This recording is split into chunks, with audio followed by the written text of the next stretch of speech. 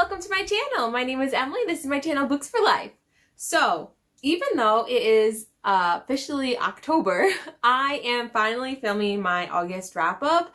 I did fairly well, but I was so busy at the end of August with going to Portland and then school starting that, hence why my Reading Brush wrap-up was just published the other day, even though I filmed that like way back in the beginning of August. So I'm finally here to talk about my August books, and shortly after this you'll probably see my September wrap-up coming at ya. So here are the books I read during the month of August. So I did fairly well, even with my busy schedule. I read 10 books during the month of August.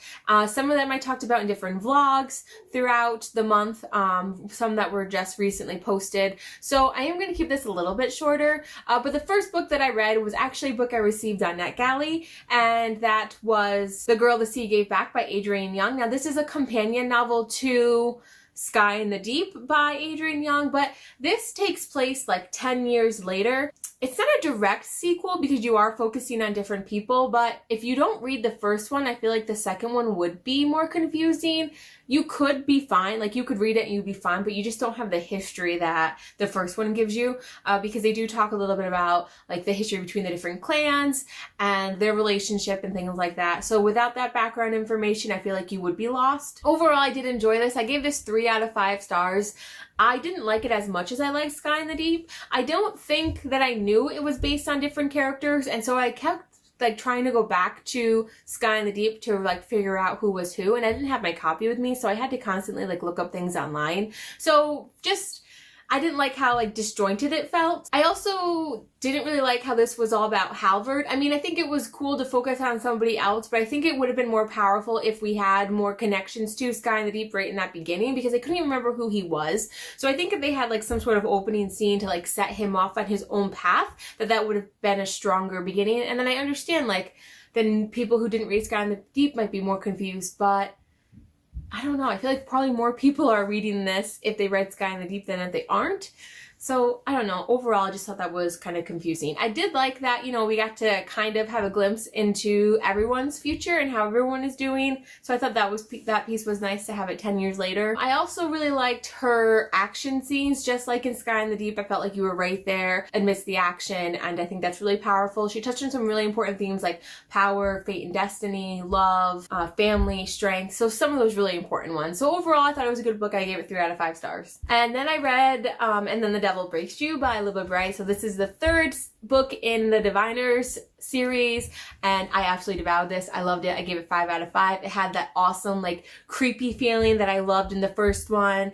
It just blew me away. I devoured this entire one. I'm not gonna really tell you anything because it is the 3rd in the series, but I will say if you haven't listened to the Diviners and you enjoy historical fiction, fantasy, paranormal, pick this series up. Actually, pick up the audiobook, please, because this audiobook narrator is the best one I've ever listened to. She is absolutely amazing. So definitely check it out. I gave this 5 out of 5 stars. So the next book I read was Heroin by Minnie McGinnis, and I had to review it for this, but I took this down, so maybe I'll put a new one up. But anyway, I love this book. I gave it a 5 out of 5, and this is about this girl, and I cannot remember her name, but she gets into a really bad car accident, and it's her senior year of high school, and her best friend are in the car together, and they're both in the softball team. Sorry, I'm holding my computer with my Goodreads up. But anyway, they're both on the softball team, and this is their senior year, and they want to be state champions. So it's winter, they went to go pick up pizza, and they want to go hang out. It's like a Friday night, and they get on the road, and they hit some black ice. So they both end up pretty injured. Her best friend hurts her shoulder, and she's the pitcher, which is a huge problem. And then our main character hurts her hip and has to have like these screws put into her hip, and it's all sorts of bad. Oh, her name was Mickey. So Mickey is put on some pain meds. She is put on Oxycontins to help her with the pain and to help her recover, and she becomes addicted to them.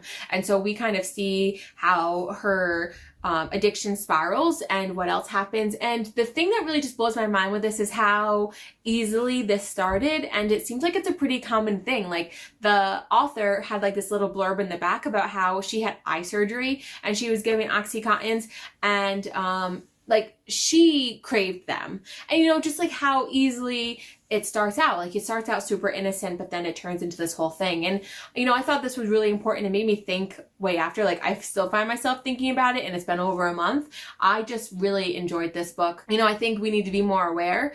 Like her mom, who she was living with, didn't even really notice that something was going on. But I think this opening was probably one of the most powerful openings I've ever read. So she starts off, and the first 2 pages are her waking up in the basement, and 3 of her friends that she was getting high with have all died.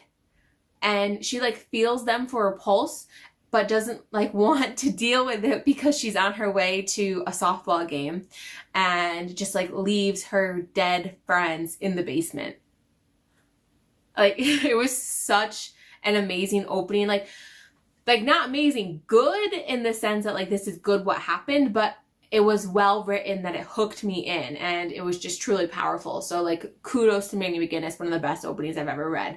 I love this. I gave it 5 out of 5. If contemporary hard hitters are your thing, definitely check this out. So the next book I read was another book I got on NetGalley, and this is called The Art of Taxidermy, and I cannot remember who it's by. I gave this 3 out of 5 stars. It was interesting, but it's about this little girl named Lottie, and her mother has died a couple years ago, and one of the ways that she grieves is she like enjoys watching animals decompose, and she enjoys like taxidermy work. So I think she likes making beautiful things out of something that others deem gross, and you know, out of things that are dead. And it's definitely like a coping mechanism for her, and her aunt is like, this is not something young girls should do, and blah, blah, blah. And she just like, this is what she's into. And so it was interesting. I've never read a book that dealt with taxidermy before. This was completely written in verse, which I really liked. So I flew through this, but it was an okay read.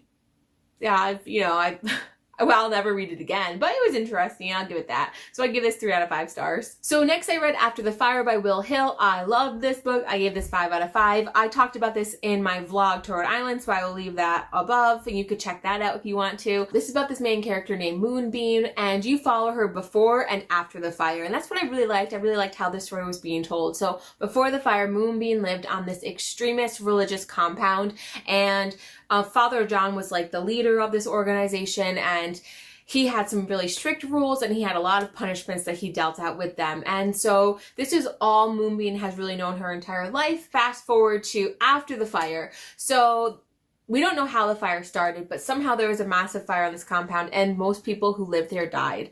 There was only like 18 kids or something who survived this. So Moonbeam is in a child psychiatric ward, and she's working with some children's psychologists in order to like help her assimilate to life outside the wall, and also for them to kind of know, like the government to kind of know like what happened inside the compound. And so you hear her story, and you learn everything, and I really loved it. Like psychological piece to it, but it was good. So actually I think I'm going to end there because this is getting pretty lengthy, so I might just make a part 2. I have 5 more books to talk about, so I think this is a good ending part. So thank you so much for watching. If you enjoyed this video, please give a thumbs up and hit subscribe, and I'll be back with more bookish videos soon. As always, keep reading!